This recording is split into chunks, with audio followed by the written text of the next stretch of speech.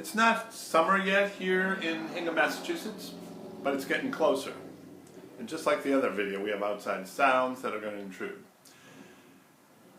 And they're motorcycles because the weather's getting better. So last time I told you about precision teaching, very briefly, that has a magical effect on children.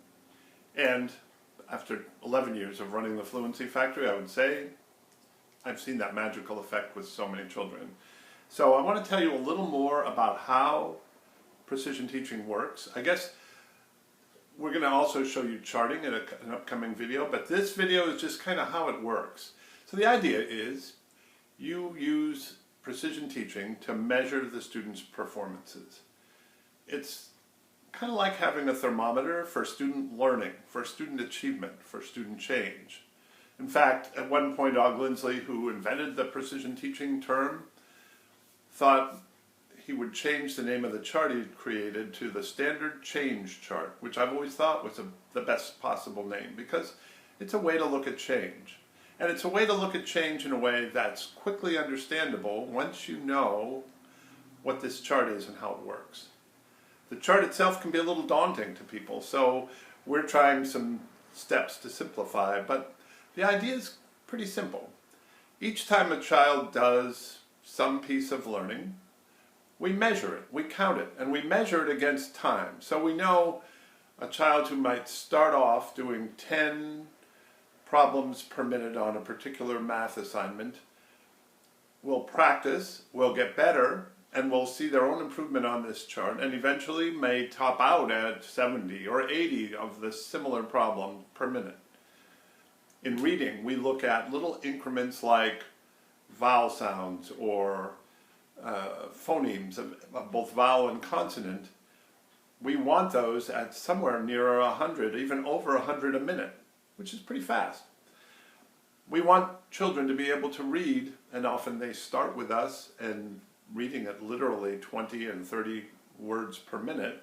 We want them to read at 200 words a minute when they read a story. So again, we're counting how many per minute they start at, and each time we time them, we're building their speed up. Now at first, the things that are building their speed up are the same. So we might repeat a particular story, a particular batch of words, a particular series of math problems. And as they get that practice, they become more and more able to generalize it. And in fact, some of our really inspired curriculum designers in the PT community have come up with kind of universal practices that if you can do this kind of exercise at a very high speed, your oral reading will be at a similar high speed. These things are like little miracles to watch them work.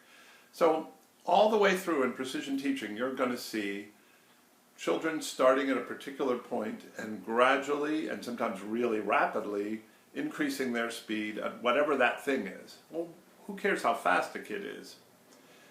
Well, let's talk a little about that. So there's something called automaticity, and we've all experienced once you learn how to ride a bicycle, you'll never forget because it's automatic. You get on a bike, you know what to do.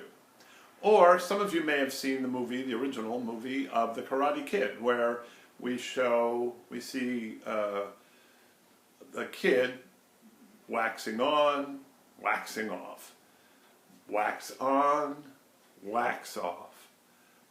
The reason for doing those simple gestures, those simple movements, is to be able to do the karate movement that's similar to it at a high speed and be instantaneously able to perform. We take the same approach in teaching, say, piano.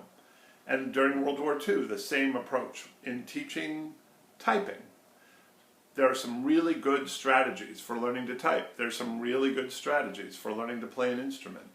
And you start simple. The first few notes, the first few scales, the first simple songs, all in one key. And as you get better, the metronome goes faster and faster, and your speed picks up.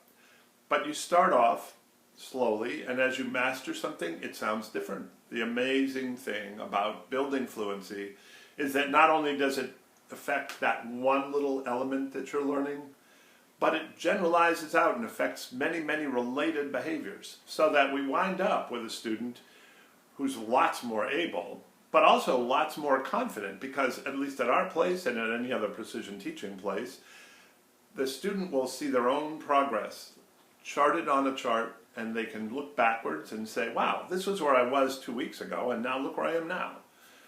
So it's simply a measurement system, but when I say simply, it's a lot more than that. It has that amazing transformative effect on children that makes it powerful for learning and makes it wonderful for teaching.